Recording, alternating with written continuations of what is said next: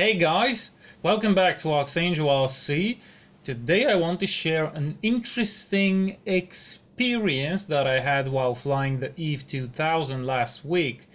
I was testing the Aomway Nexus HD system, more on that in a coming video, when the EVE went into failsafe at a relatively close distance for the Arling system, so I switched out of RTL and into the fly-by-wire mode.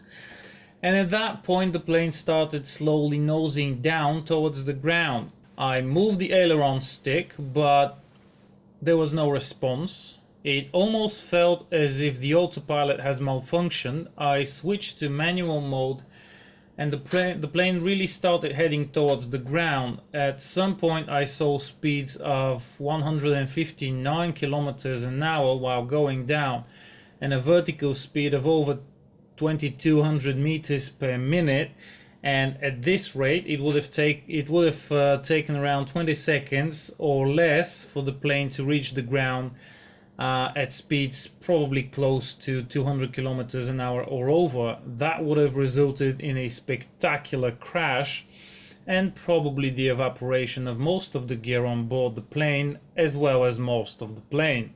Luckily that didn't happen. I managed to level the plane using only the elevator and rudder, and it did take a lot of rudder to keep the plane from rolling to the left. The ailerons were totally unresponsive. At first I thought that a strong gust must have disconnected the wings a little because up there it was very windy, but then I knew the motors were working, so that was not it.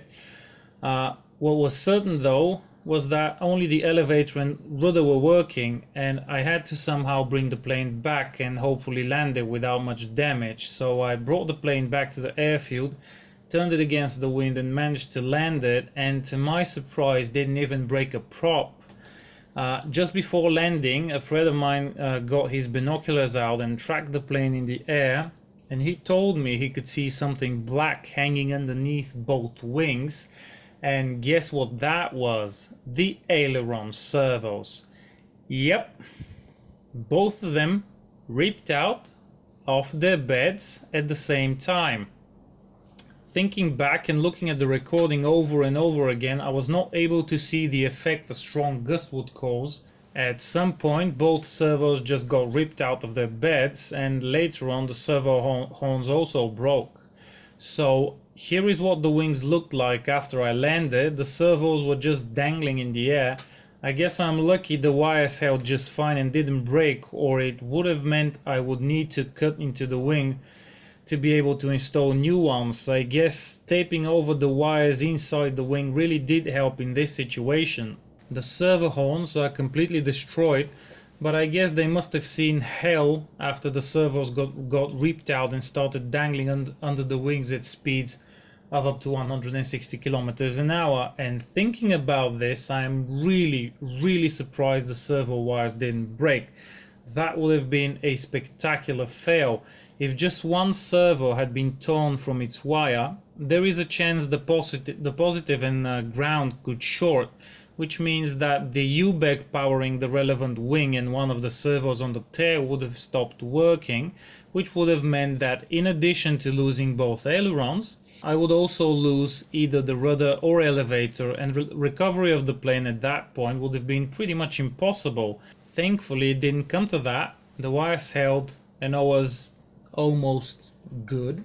I can't say the same for the 3M tape I used to mount the servos in.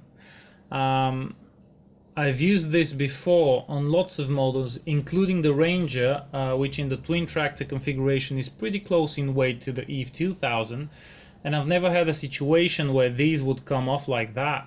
The interesting bit is that the tail servos are also mounted in a similar manner with the same 3M tape, and they just stayed put, and the elevator servo actually controls the largest control surface. So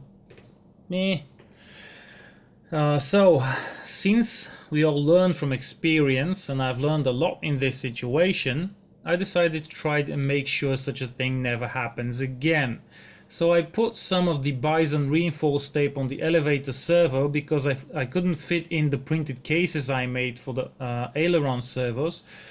So this is now welded in there, and I will have a hard time getting it out if I ever need to reuse it. But at least there's no chance it will ever be ripped off in flight. On the wings I was able to easily fit the printed servo boxes by cutting off very little foam. I glued them in securely, and now these servos also feel as if they're welded in and part of the wing.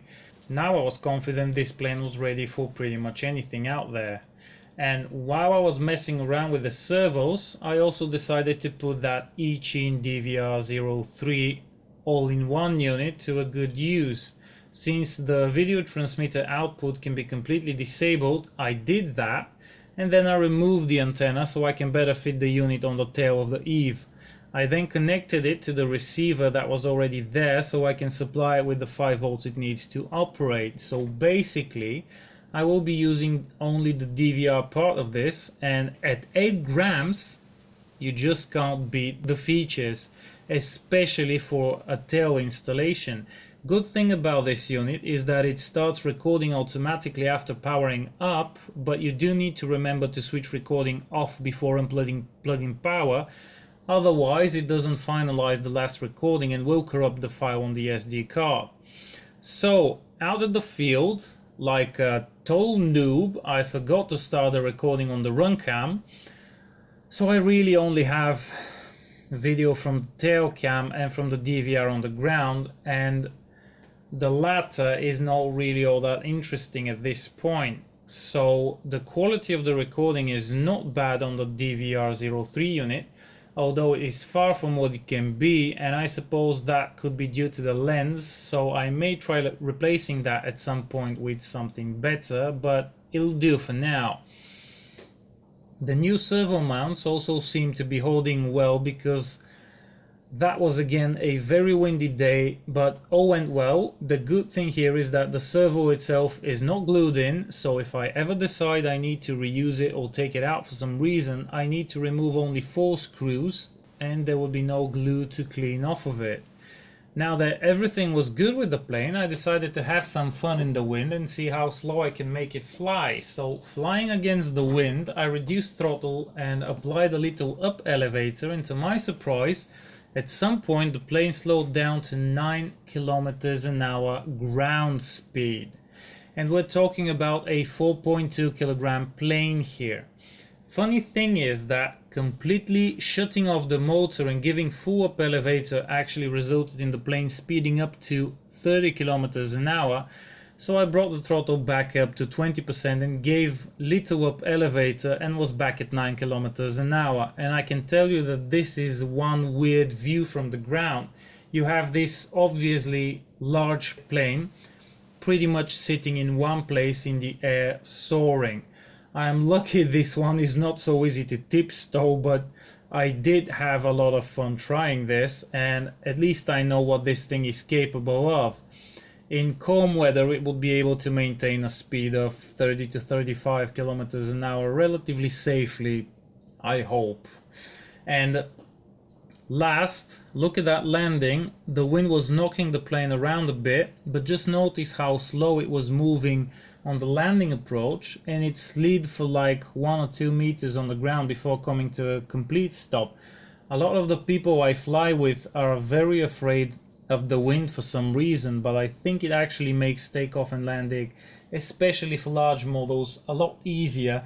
And during flight, if you can get to a good altitude of say over 1.4 kilometers you will notice that the wind is much calmer and the flight a lot more enjoyable. So this pretty much concludes this update. I will have a few more videos out shortly, including a final AOM testing and assessment, so stay tuned for that.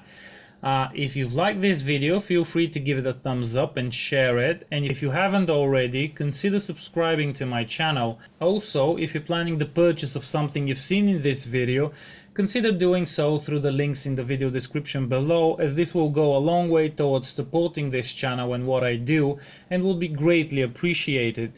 Thank you for watching, and I will see you next time.